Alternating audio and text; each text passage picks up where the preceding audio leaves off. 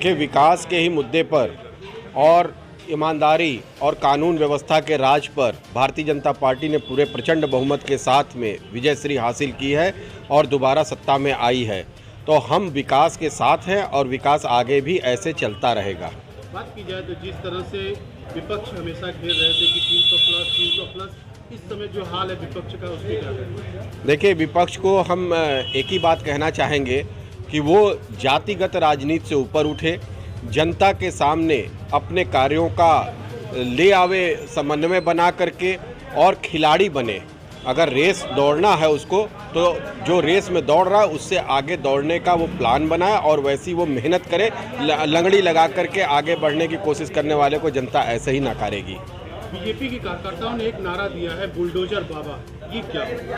देखिए, बुलडोजर बाबा का मतलब ये हुआ कि जो भी जनता के साथ में गुंडागर्दी किए हैं, आगजनी किए हैं, दंगा किए हैं, उनके खिलाफ कार्रवाई करना। जो ज़मीनों को उन्होंने कब्जा किया, उसको बुलडोजर से वहाँ जो बने हुए इमारत हैं उसको ध्वस्त करके वो ज़मीन वापस गरीब जनता को देना, या जो उसका मालिकाना हक है उसको वापस देने का कार्य करते, यही बुलडोजर बाबा हैं। विकास की धारा लगातार आगे बढ़ रही थी। पहले भी मैंने आपको पहले भी बता चुका था कि भारतीय जनता पार्टी प्रचंड बहुमत की सरकार बनाएगी, और इतिहास यूपी का भी बदल दिया। आज तक कोई मुख्यमंत्री दोबारा नहीं प्रचंड बहुमत की सरकार बना पाया। ये 37 साल पुराना रिकॉर्ड टूटा। दूसरा, कोई मुख्यमंत्री गौतम बुद्ध नगर नोएडा जाने से घबराता था कि मैं वहाँ जाऊँगा तो दोबारा मुख्यमंत्री नहीं बन पाऊँगा, और नोएडा वालों के लिए बहुत ही दुर्भाग्य की बात थी। लेकिन माननीय योगी जी ने उसको पूरा कर दिखाया। वो नोएडा गए और नोएडा से आने के बाद इतनी बड़ी जीत हासिल करना, ये हम लोग के लिए गौरवान्वित की बात है। क्या बात की जाए तो क्या बीजेपी सिर्फ इतिहास बनाने या इतिहास जो बना हुआ उसको तोड़ने के लिए ना, इतिहास बनाने और तोड़ने का काम तो जनता कर रही है। बीजेपी उसके लिए नहीं, बीजेपी विकास के लिए आगे बढ़ रही है, और जो भी अपराधी हैं उनके ऊपर बुलडोजर या उनके मकानों के ऊपर बुलडोजर चढ़ाने का काम करेगी। बात की जाए उज्ज्वल जी, तो जिस तरह से आपको कार्य दिया गया है नमामि गंगे का, तो अब गंगा सफाईकरण में कितनी भागीदारी सरकार की रहेगी? नमामि गंगे तो सबसे पहले इतनी बड़ी योजना है, देश की सबसे बड़ी योजना है, माननीय मोदी जी का ड्रीम प्रोजेक्ट है।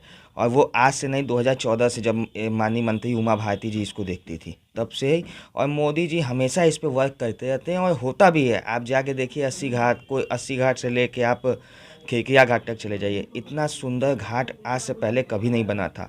और नमामि गंगे को मोदी जी ने अपना मिला हुआ गिफ्ट जो उनके जन्मदिन पे मिला था उसको नीलाम करके भी उसमें पैसा दिया है।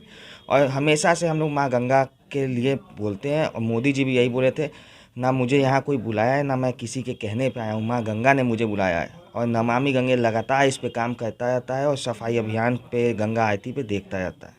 बात की जाए तो जिस तरह से बनारस के 8 विधानसभा सीट पे बीजेपी ने फिर से पूर्ण बहुमत जीत हासिल की है, तो इस पे किस तरह का? वाराणसी पूरा मोदी में है, पहले भी मैं आपको बता चुका था। और हम सब जनता को पहले तो धन्यवाद, आभार इतना प्यार देने के लिए कहता हूं। और फिर से उसी तरह विकास आगे बढ़ेगा जिस प्रकार से बढ़ रहा था, और गुंडा मुक्त प्रदेश था भी, और बनाने की कोशिश करेंगे। जिस तरह से आपने मिठाइयों का डब्बा बना के रखा है और आज मिठाई वितरण कार्यक्रम रख रहे हैं, तो हम बात करते हैं जिस तरह से विकास की, तो विकास में जो चीज़ें अधूरी रह गई हैं उसको अब किस तरह से पूरा होगा? विकास में कोई चीज़ें अधूरी तो पहले नहीं थी, कुछ चीज़ें अभी काम चल रहे थे, वो काम लगातार चलते रहेंगे, और हम प्रयास यही करेंगे कि विकास जो हुआ है उसे और बेहतर तरीके से ले जाएं।